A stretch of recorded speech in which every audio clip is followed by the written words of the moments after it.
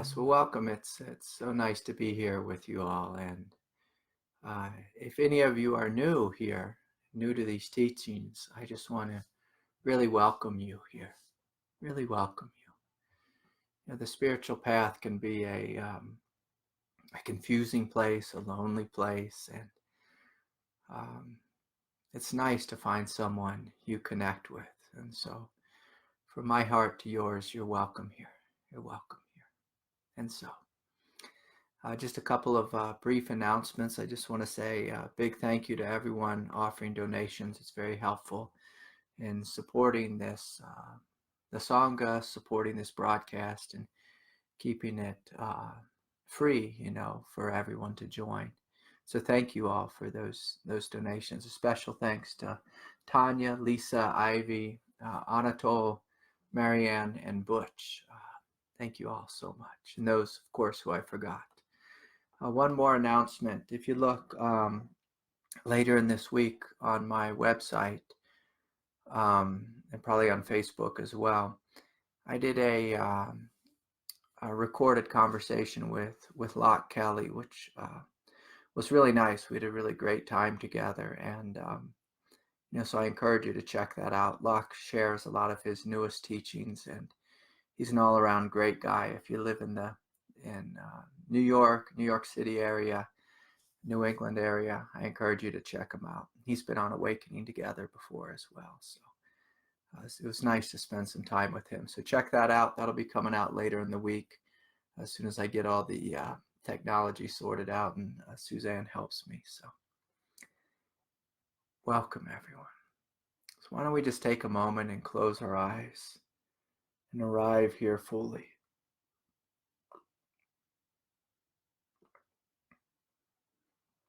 Can you arrive here fully?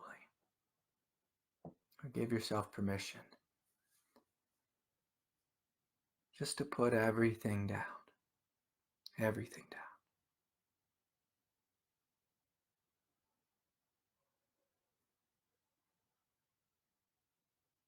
And I'm going to invite you all to sit with this question. What is it that you truly want?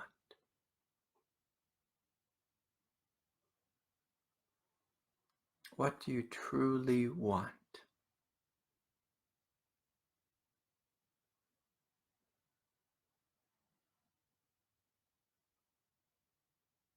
And so when we ask this question, oftentimes the ego will come forward, with its quick answer. But as we spend a couple minutes here in the beginning, in a space of meditative inquiry, I'm going to invite you to sit, to feel, to experience a little bit deeper. What do you truly want?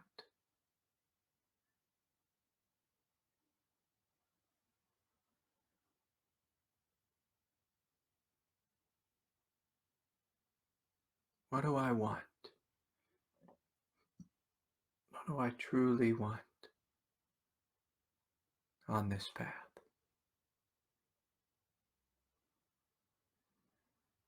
And just notice what comes forward.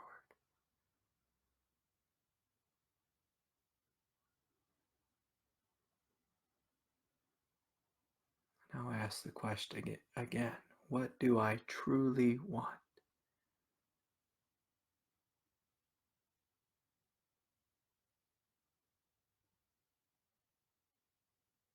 What do I truly want?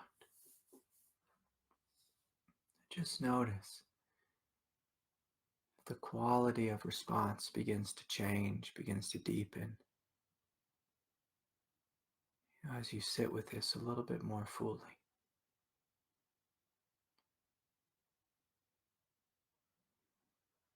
What do I truly want?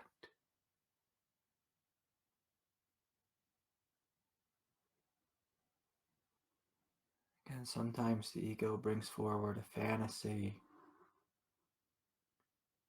a dream, a relationship, a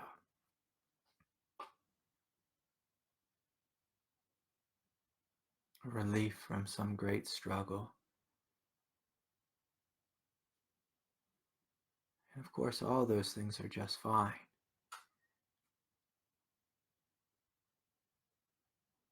I'm going to invite you to stay with the question. What do I truly want?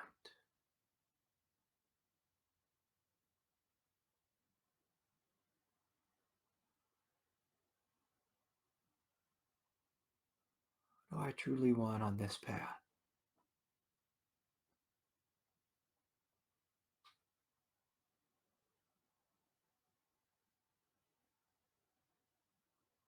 What do I want?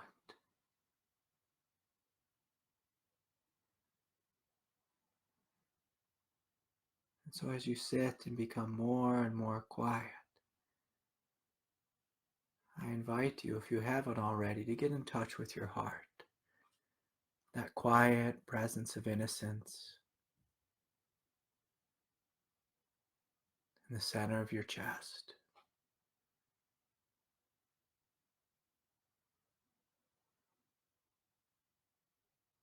So we're asking our innocence, our highest nature.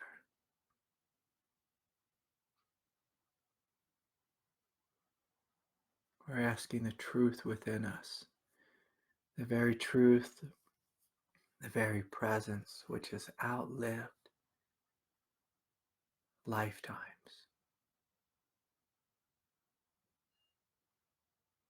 What do I truly want?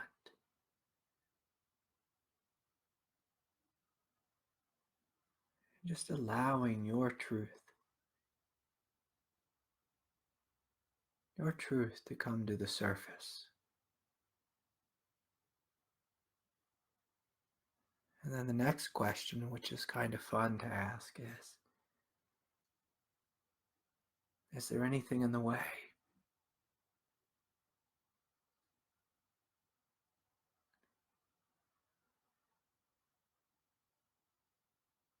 Is there anything between me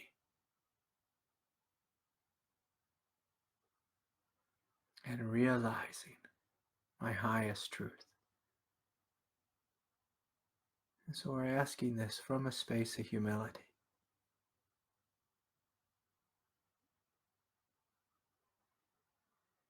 What is my greatest struggle, my greatest pain? What confusion is here that eclipses, that covers, that veils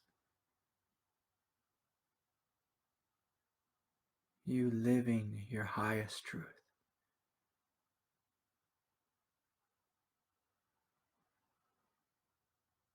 Is there an obstacle here, a challenge? Am I not seeing something clearly?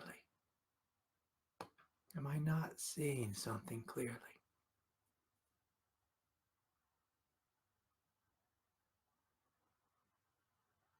And so we're inviting our heart to speak to us, to show us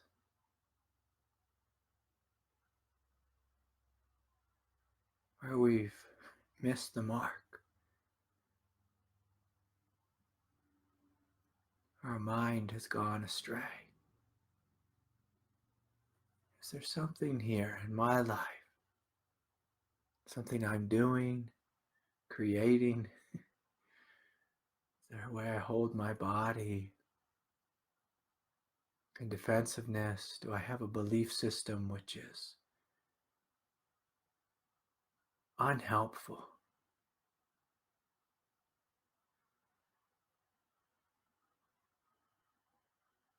Is there a big neurotic blockage or way of being in my consciousness? And again, we're asking this from humility. Is there something here that I've been unwilling to see, which is holding me back, excuse me, from living my highest truth?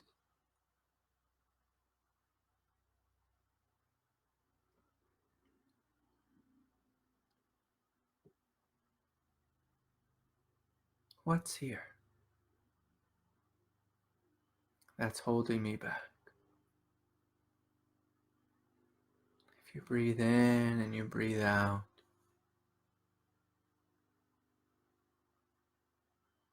just give yourself permission just to relax there. Relax where you hold tense, where you hold tight. And you relax the struggle. And you take a little bit of power away from the obscuration, from the negative belief system about yourself or whatever it is.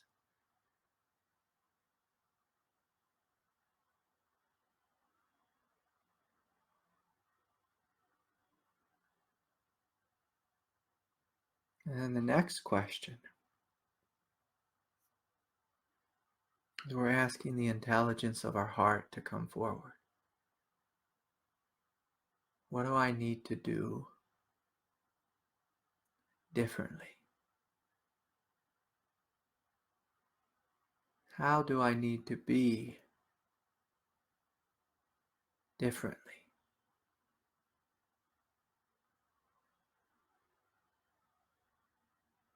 So that this veil does not continue to cloud my vision. How do I need to be different? What quality of self, of consciousness, do I need to step into so that I may live fully, so that I may live this truth fully?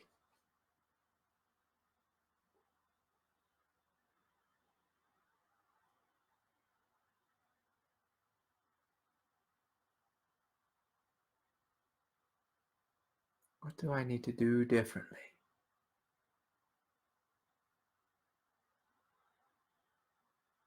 Am I willing to be this love, to be this strength, to be this emptiness and freedom? Am I willing to be this?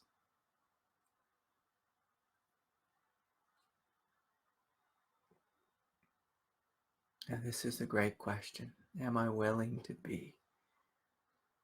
To live my highest? My highest? Am I willing to live my highest?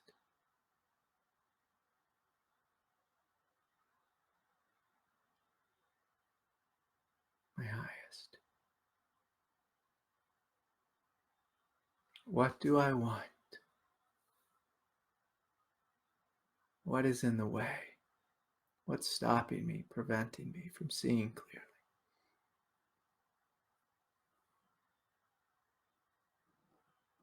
What do I need to let go of?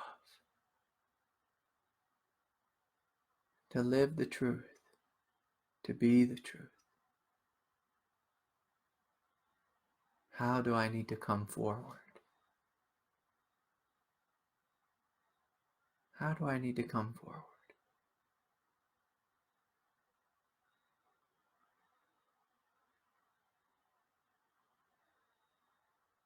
What wants to shine through my presence? What wants to shine through my presence?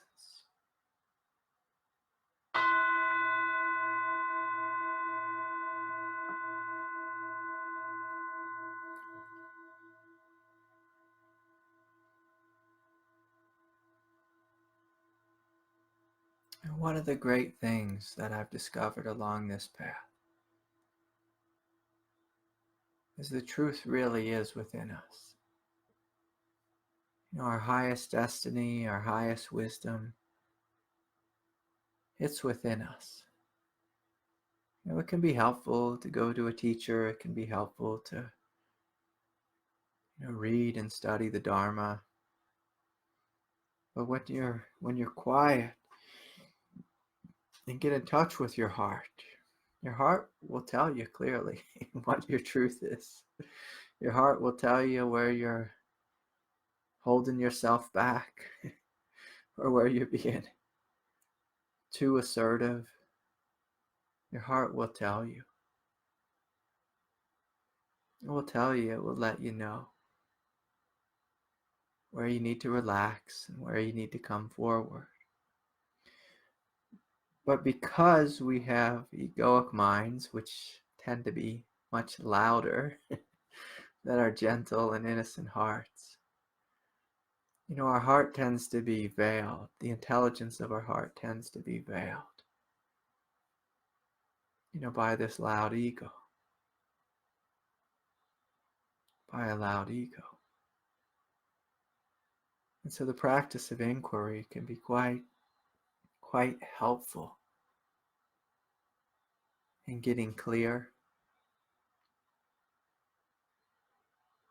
and helping to discern the truth, to discover the truth, or hear the truth that is within us.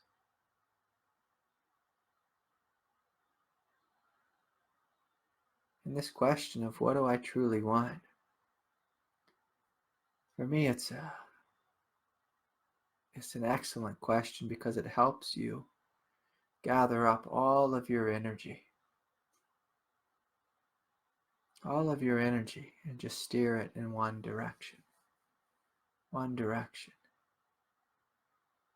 Now, if you look at how we live our lives now, it's incredibly rare that any of us have all of our energy just going in one direction. I was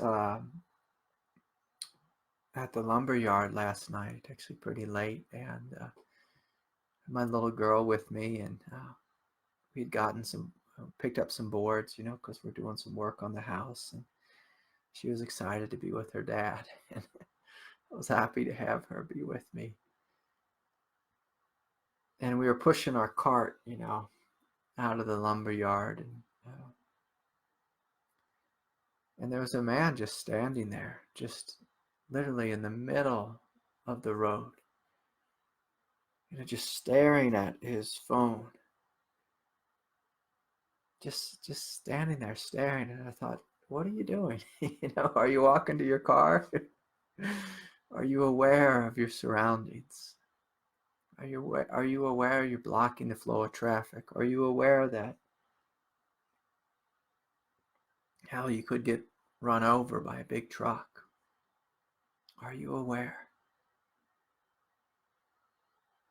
And see, so many of us, we can barely walk from our car,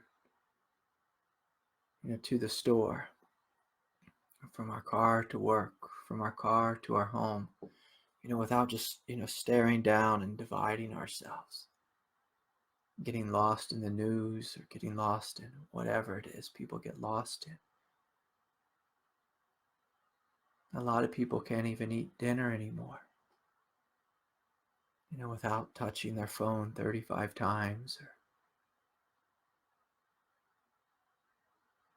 Or, I see a lot of couples, and they may be out at dinner and both of them are on their phones, and also talking to each other. And it's like, our energy gets so spread out here in 2019. In the olden days, it was much easier to be, one-pointed. The places where we could get lost were the past and the future, and that was hard enough. But now we can get lost in the past and the future, and then 10 million virtual worlds online. I was speaking with a young fellow the other day, and as soon as I got on the call with him, I just asked him, like, where are you at? He said, well, what do you mean? And I said, what have you been doing? Well, I just got done playing video games. And I said, okay. How long were you playing? 5, maybe 6 hours. And it's like when we do that, our energy gets really spread out, gets lost. And so when we're here, can we be here? And when we sit with a question like, what do I truly want? What do I truly want out of life? In order for you to realize that, you have to have all your energy, you have to have all your power. If your energy is spread out, fighting with this person or that person, you won't realize your truth. I even had to correct myself. A couple of days ago, I a teenage daughter, and she's going away to college, and she was really giving me all kinds of attitude and giving me a hard time about this or that. And then when we were done with our conversation that didn't go very well, I noticed I was still holding on to it, still struggling with it, still fighting with it, and just wishing things were different. And then I had to give her permission just to be her, and give me permission just to come back to this present moment, to arrive here fully, to live here fully, to be here fully. And so I think we all know this, that we're spread out, that we get lost. We get lost, we get confused on this path.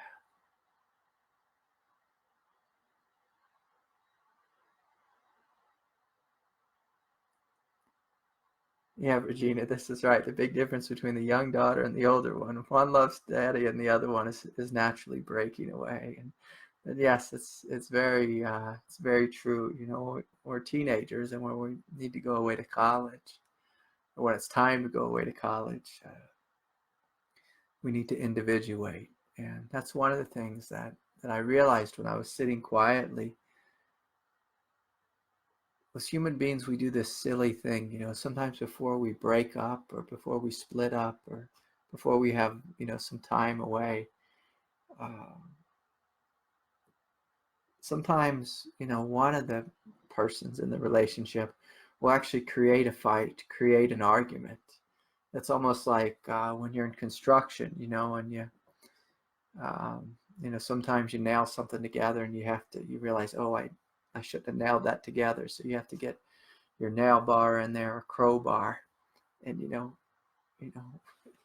winch it apart, pry it apart. And kids do this. Sometimes our wives do this, or our husbands do this. Sometimes we do it with our parents or whoever it is. Some people shut down, and some people choose to fight as a way to create distance. And from an egoic place, a developmental place, it's absolutely healthy. From a truth place, it's absolutely confusing, because in truth, we can say, I love you and you love me. And goodbye, so long, I love you. Have a safe journey. But when there's all that egoic attachment, sometimes we have to start a fight to leave a relationship, which seems overly complicated. But such is life, such is life. So I'm going to open it up right now, and I'm going to invite anyone here who has a question to bring one forward.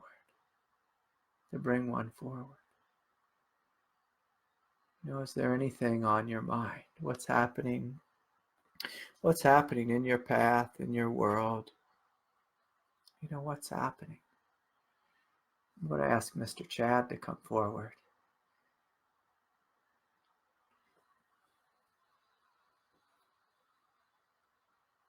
Chad, can you come forward and speak? Yes, I just unmuted, right? Yeah, you're good. We can hear you. Hello, everyone.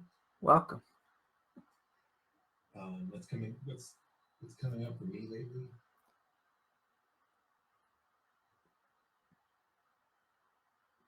I just feel like I'm plateaued. I just feel I'm at this place of almost like of no drive, and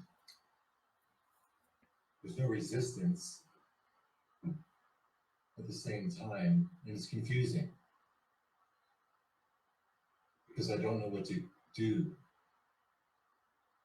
and my life is absolutely perfect. You know, in many ways, my family's is good and healthy. My business is thriving. We just paid off our home. The cars were out of debt, zero debt. So, and my question was like, what is it? I've been kind of living with that. How you, they started the meeting tonight. Like my wife and I were kind of talking about this, but she asked it a different way. And you know, I want to know what Jesus said and meant experientially when he said God and I are one.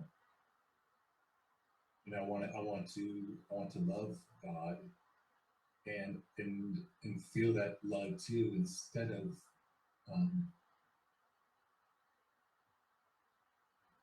I don't want to be lost in humanity. Just you know, it brings up a little bit of brings up frustration because I feel into the depth of being. There's a lot of peace, a lot of stillness.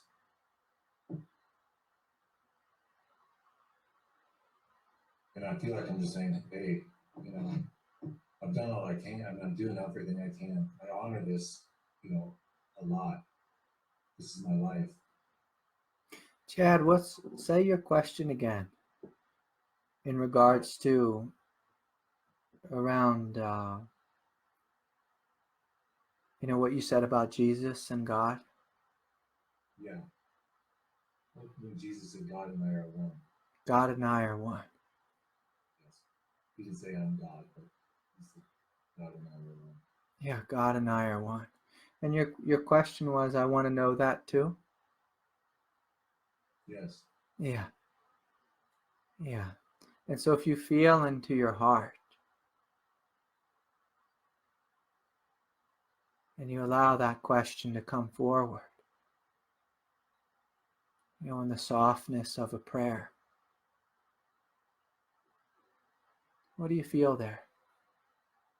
What do you experience there? I guess there's sadness. Yeah. Yeah. Yeah, there's sadness there. Yeah. Yeah. And that's beautiful. And so as you feel into that sadness,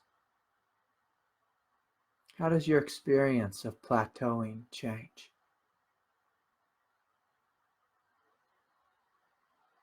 If you give yourself permission to feel. Yeah, well, it's rich with sadness, you know. Yeah. And how big is that sadness?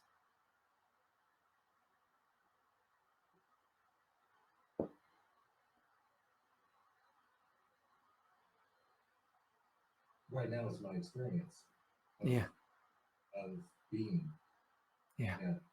Yeah. And if you allowed yourself to describe that sadness, you know, with just some different words besides sadness, how does sadness feel?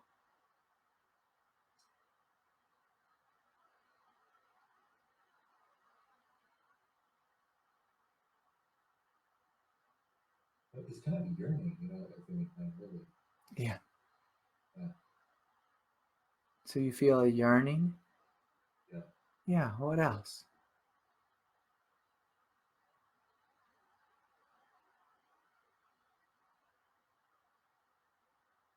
Does that yearning feel separate from God?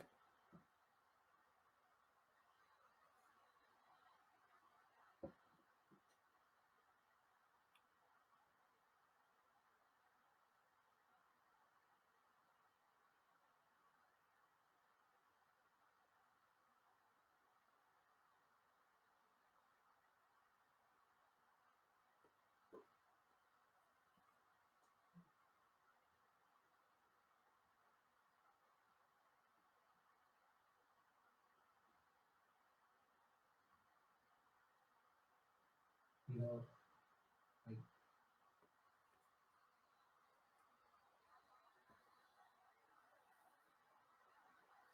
Does that yearning feel separate from God? Does the sadness feel separate from God? Does the tenderness of sadness and the willingness to experience sadness feel separate from the heart of God?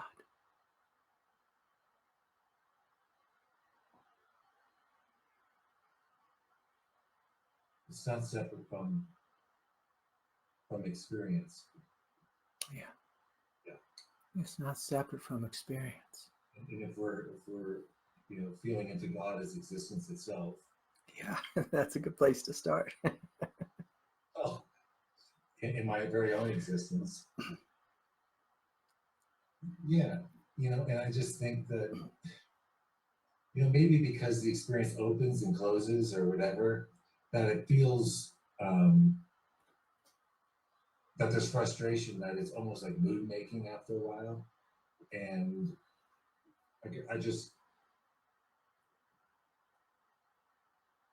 What does that mean, mood making? Well, mood making is like,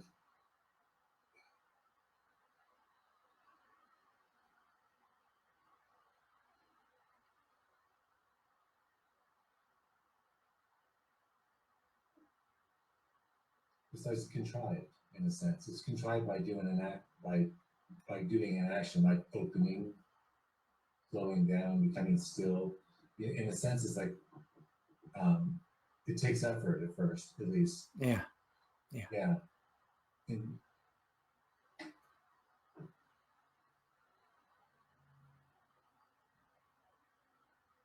And then the thing is operating like that. What I do is possible, and I do it in a sense, or it's available.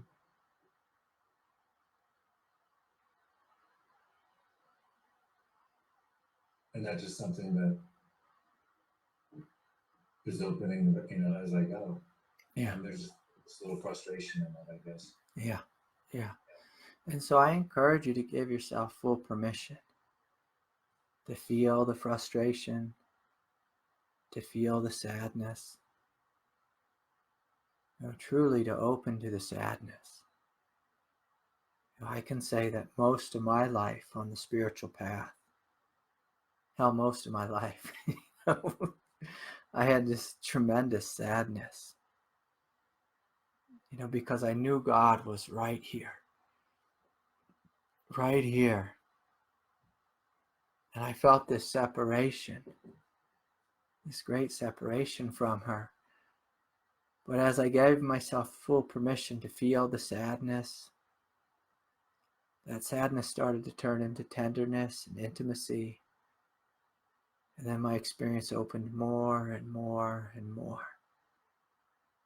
Even when I'd feel the frustration, I used to yell out at God.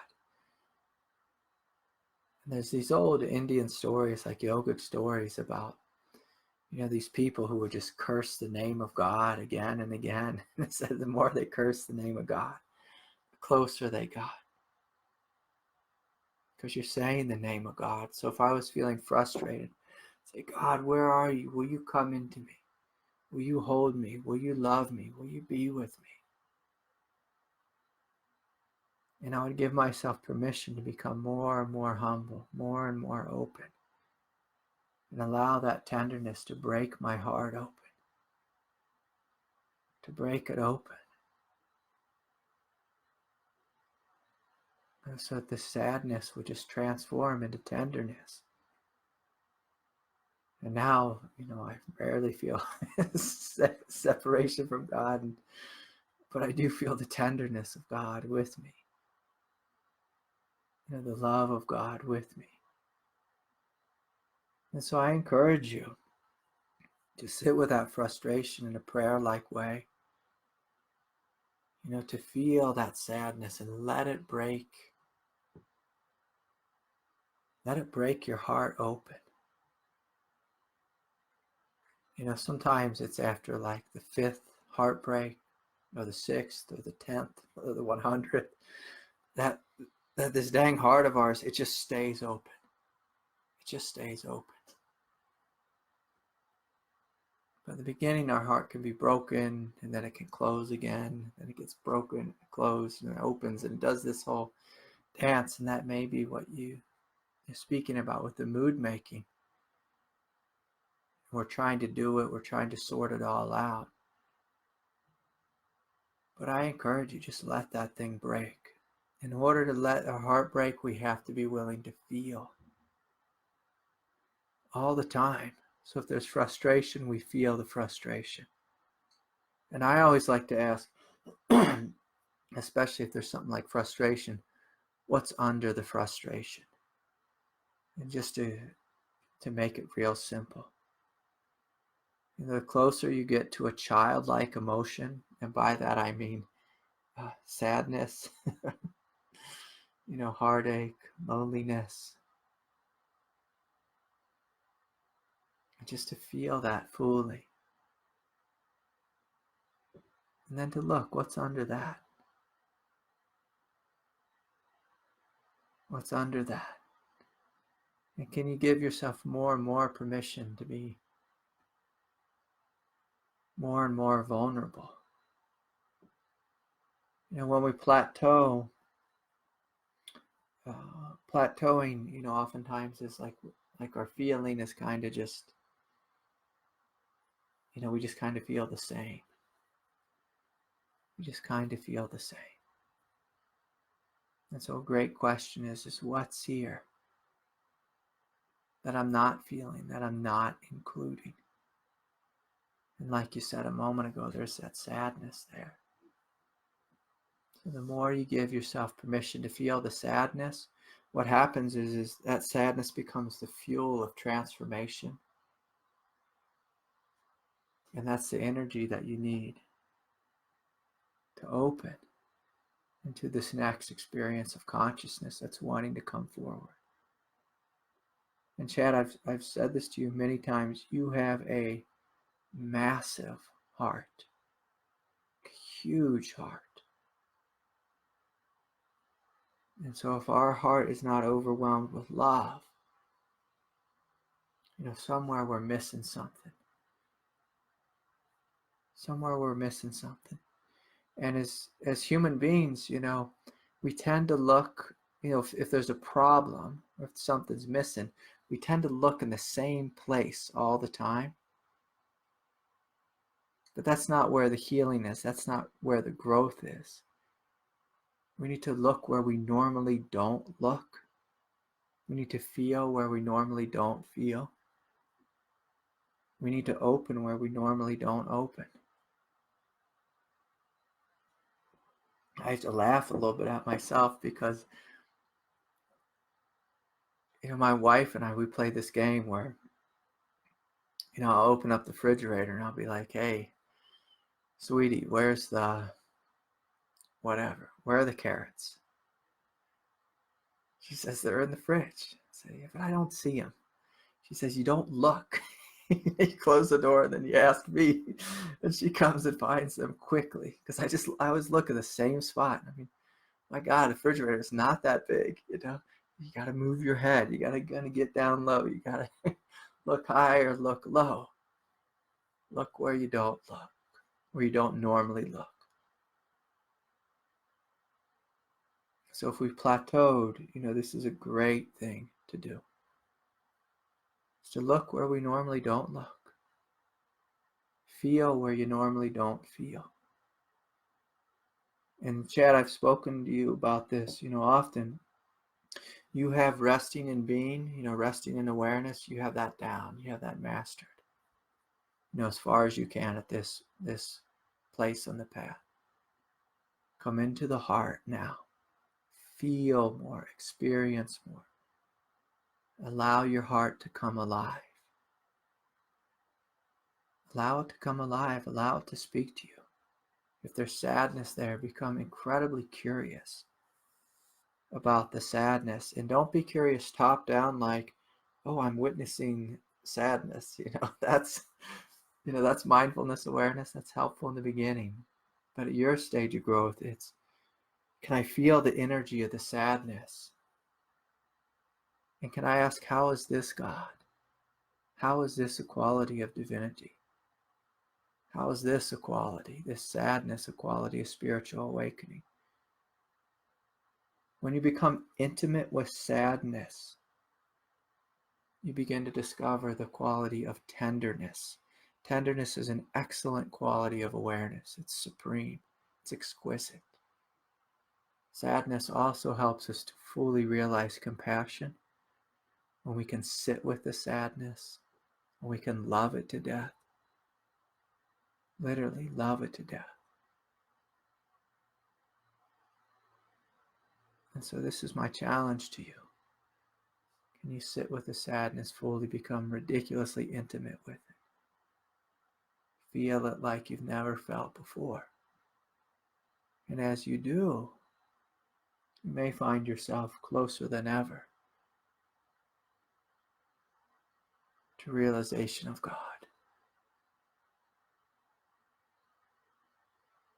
And this is one of the greatest things that I began to discover, that hidden, buried within deep, painful emotions, or aspects of consciousness. There are whole gates of awakening. The gate of sadness, I think, is such an exquisite gate. It's through sadness that we discover true compassion, true unconditional love. And unconditional love, it does not feel like a plateau. Unconditional love is ripe. It's overwhelming with feeling. Overwhelming with feeling. Overwhelming with feeling. And so, the other thing, Chad, I'll tell you, just because I know you're doing good work on the path, is, sometimes I'll say it this way. Sometimes God kind of messes with us, and this is what I mean by that. Sometimes God, and by God I mean the intelligence of the universe, makes us pay a price before we move on to the next level. And so there's very many times on the path when I would just come face to face with what I called the void. The void was kind of like a non-experience. Everything was pretty groovy. I'm not speaking about the void where you experience like existential aloneness. That's something different. But there's many times on the path when, God will, things will be going really well, and she'll just throw the void into your experience. And the teaching is just keep walking forward. Keep walking forward. It's like when you come to some fog, you don't just stop and stand still. You keep walking forward in the direction of the truth. But what a lot of people do, and I'll say it this way, is when God throws you the void, is oftentimes she's trying to separate, like the little boys from the big boys, or the little girls from the big girls, the little thems from the big thems,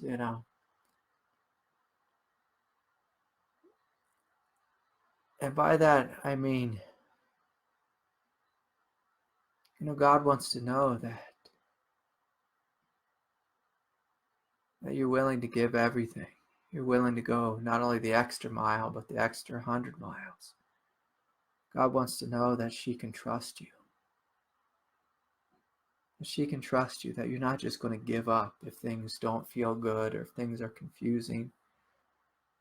And I just found this so bizarre that on the path there's probably 8 different times where all of a sudden, like things were just wonderful, or maybe things were even terrible, and then all of a sudden it was just like boom, I was in what was called a cloud. It was like a cloud of the void. And I might spend a week there. I might spend 6 months there. Once I spent about a year there. And I just kept looking, just saying like, what is this? And just hearing no response. No response. Like, what is this?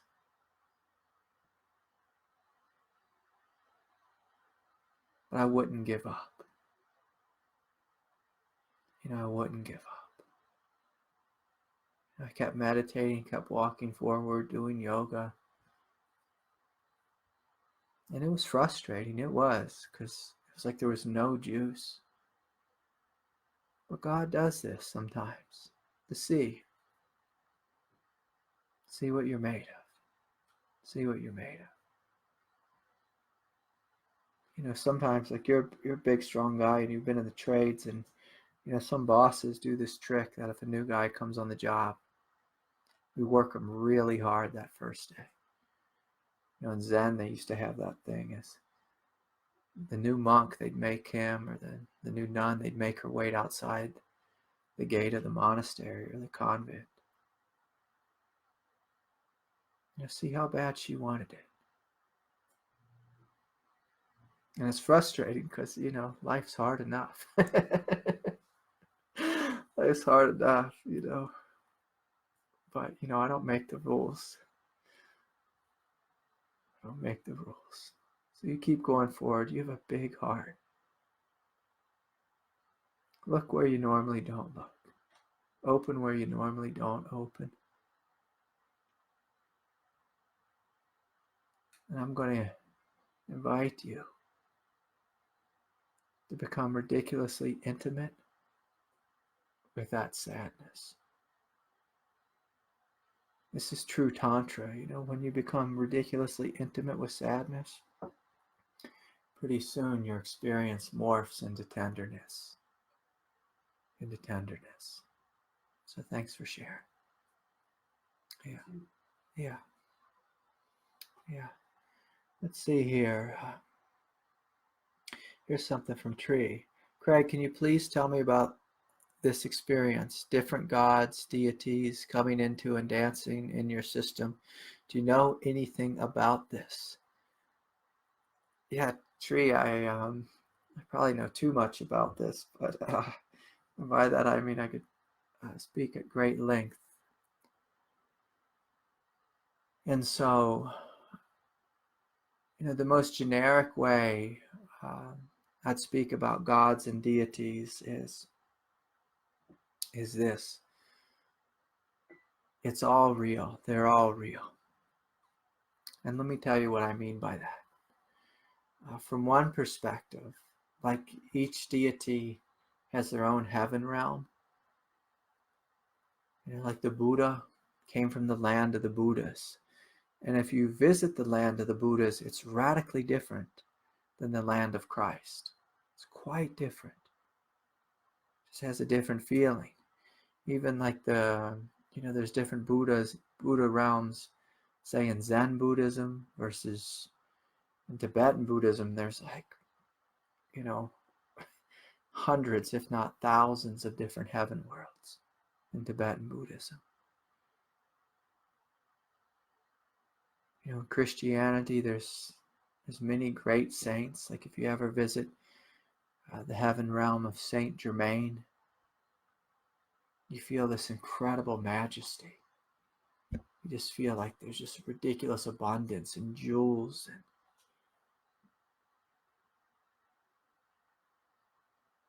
Whereas if you visit, someone else, like Saint Teresa, the little flower, her heaven realm is so exquisitely tender and innocent. One of the things that my teacher David used to do with me is he'd take me to different realms, and it was it was incredible, because he could, at will just go in and out. And his teacher before him, Hilda, she was a master at this too. And oftentimes as I'd sit with David, when I was quite young, Aurobindo just dropped down into the room, and it's like a force we'd never experienced before. It actually felt kind of like this Shiva Lingam here. It was like light that was solid. It was just such power, such intensity. And my teacher David, he didn't even know who Aurobindo was. We were just sitting together. It was actually when I first met him, and he just felt this presence. We both did just drop into the room, and it was just like boom. And a couple weeks later, someone sent him a book with a picture of Aurobindo on the cover, and he said, "Oh, that's who came to visit." And then all of a sudden, Aurobindo, in a sense, chose my teacher David, and really changed the course of his lineage and his teachings. Before that, my teacher used to, Nityananda used to come. Sometimes Vivekananda would come in the room. Yogananda. It was incredible. And you just felt the grace would change. And of course, none of it, like we weren't, like playing like psychic games. We weren't chasing any of it or this or that. But you can open to the realm of the masters. You can open to the realm of the masters and invite something to come forward. And after a while, you'll feel that your heart resonates more fully with one realm more than another. And like I have an incredible connection with Christ, and like I don't know why, it's just what I do. I have incredible connection with Aurobindo. And even as I work with different individuals, as I feel into their consciousness, I can feel where their heaven realm is. Like my friend Myrna, she is a very incredible, it's like an angelic realm that I'll use Star Trek language, that she hails from, And so, when you die, you'll return to your own heaven realm. And you'll find there's a whole lineage there. And for those of you who connect deeply with this teaching that I offer, you'll find that we share a heaven realm, we share a lineage, we share a truth. That's why we're here this evening, because it feels like home.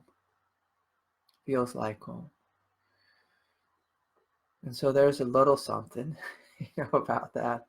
I will say one more thing. For individuals who aren't visual and who don't see things, like who don't have visions of gods and deities and masters and this and that, I will say this in a more generic way. Like the energy of Ganesh, the energy of Kali, is simply personifications of powers of God. Like God, of course, has the power to swiftly create change, sometimes in a chaotic way. That's the energy of Kali. That's the energy of Kali. But behind it is great compassion. The energy of Ganesh can, it's like a little bit softer energy, and it can remove an obstacle. The energy of Christ, you feel like the supreme holiness, brilliant light and love. And you can call upon them. You can develop a relationship with them the same way you may have a relationship with your husband or wife or partner or child. And I've said this often that, I'll be in a session with someone. Even like I still feel this connection with Chad because I just spoke, and I just, opened to Chad and Chad's heaven world. I feel this tremendous love from God. It brings tears to my eyes right now, just even feeling into it, because I hear the voice of God saying, "I love you so much, my child. I love you so much. I'm with you. Open my heart. Open your heart and receive me. Open your heart and receive me." I have to be careful, because when I open too much to other people's realms, I get a little lost there. But so you can receive great love. Great love. All of you have angels who are just wanting to help you. You have masters, a team of masters wanting to help you. It just requires that you're humble. You're humble. Ask for some support. It was one of the other things I did, Chad, when I was on this path, and I felt myself in the void, call out to God, say, come into my heart, come into me, lead me, guide me, show me the way. Show me the way. I'm feeling afflicted now. Show me the way. And it's it's something you can learn. It's like a skill of learning how to open to grace. And if grace is too Christian or too silly of a word, you can call opening to the intelligence of God, the intelligence of life. Because that's all gods and deities are, is manifestations of the intelligence of life. The love, the compassion, the truth, the emptiness. And Tree writes, Craig, I find them, coming into my body. And yeah, that's a good thing. That's a good thing. And we welcome that. We welcome that. Now, some people who sometimes if they get a little too psychically open and they don't have clear boundaries and they don't have a clear psychological nature, sometimes all this stuff that I'm speaking about can get a little nutty. Mental illness can get mixed in there, or their shadow can get mixed in there, and we can have this idea of a fight of good against evil and this and that. And there's no fight, good against evil, that's happening in the universe. There is evolution that's happening. That's different than a fight, good against evil. Or if you're not grounded, you get lost in heaven worlds. It's one of the reasons I sometimes hold on to a Shiva lingam, is to help me, have 2 feet on the earth and be grounded. And so anyways, I have a couple more questions. Let me see if I can get to them real quick. I didn't realize the time. This is from Adrian. Hi, Craig. Any good tips or direction when a person feels like they're stuck in a spiritual cul-de-sac? Things not that bad. Okay, good. Adrian, so everything I said to Chad, I want to say to you. And it's funny, I should probably connect Adrian and Chad. The two of you guys look like brothers. Anyways, yeah. Adrian, open your heart. Know you're loved. Know you're loved. Feel where you don't want to feel. And sometimes it's helpful to meet with a teacher, a counselor, a good friend. Someone who can point something out. Because a lot of times we might have something just sitting in our shadow, and that shadow is kind of clouding our whole vision. And then we just can't see clearly. Whereas sometimes a friend or a partner or a child can just point it out, like, hey, let me tell you what's wrong. And life will tell you. Life will tell you.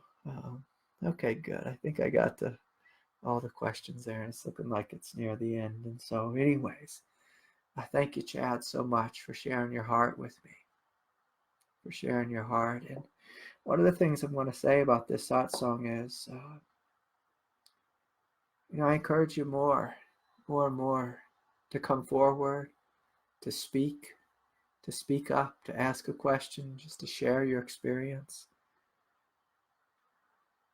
Tell me what's on your heart, what's on your mind. I was listening to one of my teachers speak today, and he said something really profound. He said, enlightenment comes with great responsibility. Great responsibility. A lot of people think enlightenment is a free ticket just to do nothing for the rest of your life. But it comes with great responsibility, and because you become of service to others. So hit me with some questions. Come forward and meet me in this openness. Share your heart, share your experience with me. And let us together learn from each other.